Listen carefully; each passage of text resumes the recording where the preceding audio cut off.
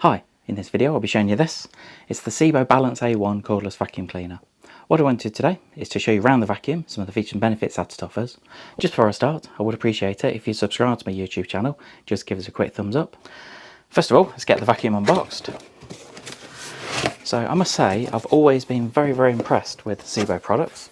We've sold their vacuum cleaners for years now, and they're very well known in our industry for producing very high quality vacuum cleaners, and hopefully this is going to continue.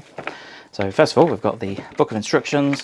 If you follow me on YouTube for a while, you know I'm not a huge fan of instructions, so they always get put to one side. So we've got the main pole here, or lance, whichever one you want to call it, the main floor head.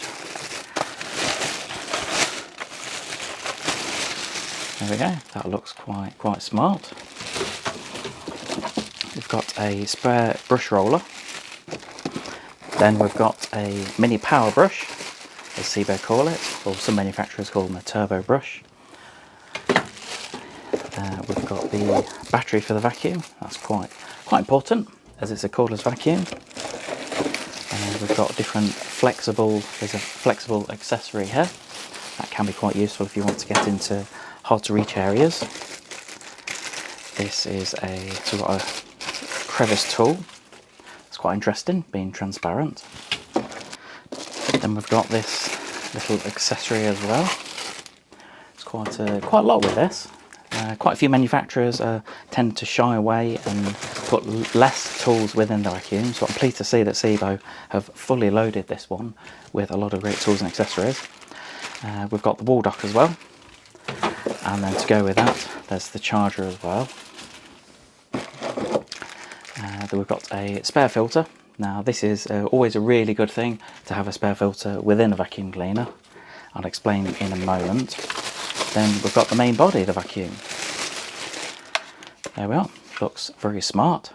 Now there are different versions of this, so although this is the Balance A1 Blue, there are quite a few different versions depending on the tools and accessories that it comes with, and that normally denotes the colour that it comes in. And then finally we've got this one. This is a combination of two different tools.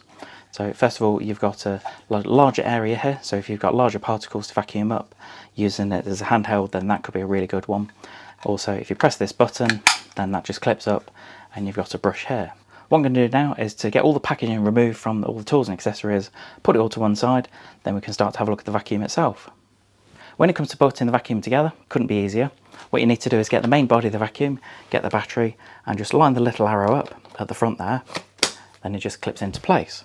On this vacuum you've got up to maximum 48 minutes run time. Clearly that will depend on the suction that you've got on, and to change that all you need to do is press the on and off button here.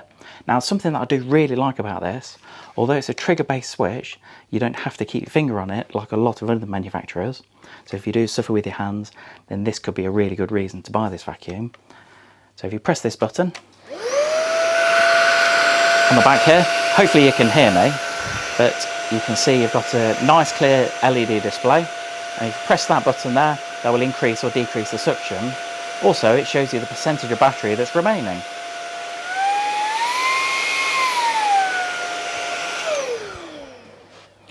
So obviously I mentioned about 48-minute runtime. If you were to use the higher suction, then that will reduce a lot. Also, it can depend on the tools and accessories that you're using. So the vacuum itself is actually very lightweight. It's only 2.3 kilograms. When it comes to maintenance of the vacuum, it is nice and easy. First of all, to empty the bin, so once it's full of dirt, then all you need to do is just press that button at the front there, over a bin, and then you can get rid of the dirt. If you wanted to give it more of a clean, so if you wanted to take the bin off just to give it a really good clean on the inside, you just pull that down again, and then that will come off like that. So it's always a little bit stiff when you first take it off, but after taking it off a couple of times, that will get easier. So you can take that off and give that a good wipe round, or even a rinse if you wanted to. Next one is to just rotate that, and then that comes off. It's not recommended to give that a wash.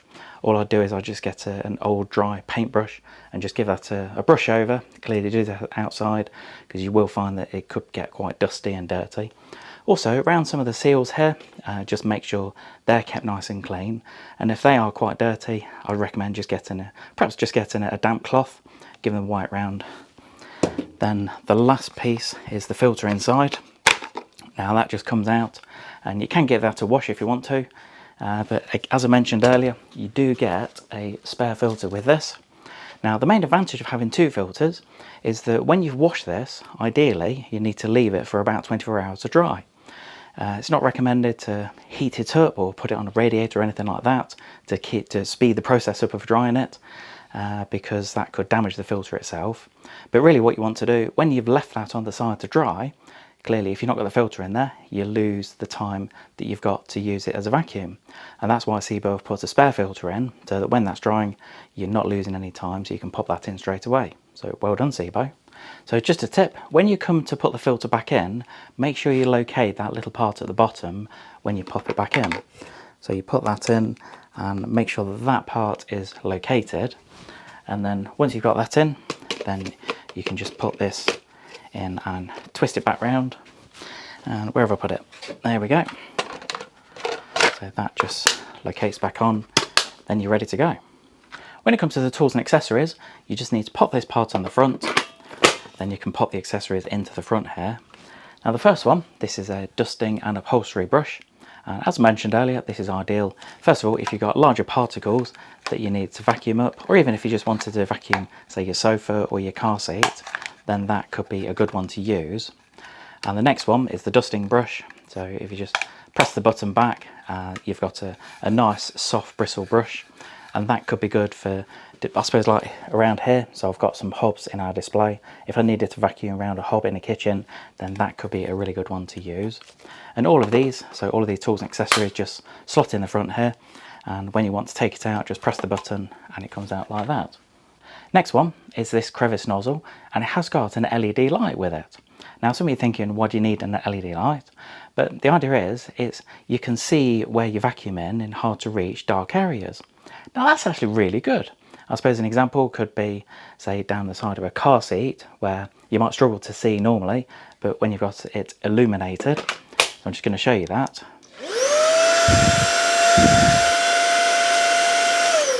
Now for me, that looks a little bit too much like a lightsaber, but I'm sure if you had a couple of these, the kids would have quite a lot of fun with these. Next one is called a mini power brush, and with this is a rotating brush, and this could be ideal for doing things like your stairs or in smaller areas, but you still need a really good pickup. And with this, I'll just show you. So as you can see, the brush will rotate, and if you needed to clean it or take it apart, then you just pop a coin in the side, twist it, and then you can take the brush out to remove any hair or debris from it. Next couple of accessories. This one is the suction tube, as Sebo call it, and also you've got an extendable hose. Now, not many manufacturers are providing something like this, but again, I think it can be really useful, and it can extend up to 1.5 meters. Now, there's a couple of ways of using this. You can either just pop it onto the vacuum itself, so if you've got a hard to reach area, then you've got the flexibility. Also, you could add it onto the suction tube if you wanted as well, just to get a little bit of extra reach. Now when it comes to the main floor head, you've actually got a choice of two different types of head. Now this one is the universal one, so I suppose depending on, it doesn't matter whether you're using on carpets or hard floors, this is quite a good universal one to pick. This can also vary depending on the model of the A1 Balance that you buy, so just have a look in the instructions or on the website to see which ones are included. So first of all, that's the main one to use if you were just going to use it for general purpose. You do also get this is a hard floor brush as well. So if you have got a lot of hard floors, so things like laminate floors, wooden floors, ceramic or tiles, it doesn't matter what kind of hard floor, this could be a really good one to use. And to change the brush, it's nice and easy. All you need to do is to just push that down at the side. That will pull out there. Then you just locate the brush in here. That's it, just twist it a little bit. And then this part just slots onto the end here. Then once you've located it, that just slots on like that. When it comes to charging and storing the vacuum, Sebo have thought about this. So you do get this dock with it, and that just screws onto the wall. You do get a couple of screws and raw plugs to go with it. And when it comes to storing it, all you do is just pop it in here like that. Now something that a lot of manufacturers do is they offer the ability to charge the vacuum while it's docked. And again, Sebo have thought about that, and you do get a charger with it, obviously, because it's a cordless vacuum. Now, a couple of ways of charging it. You can either just plug it into the vacuum itself. So if you didn't want to use the wall dock, then you don't have to. But all you need to do is, if you do want to, just plug it in underneath here, into the bottom of the dock, and then it will charge whenever you put the vacuum onto it. But I do like the ability that Sebo have made it a separate charger rather than having to integrate it within here. I mentioned at the beginning of the video, I'm going to show you something that this cordless vacuum can do that not many other cordless vacuums can do on the market. And here we go.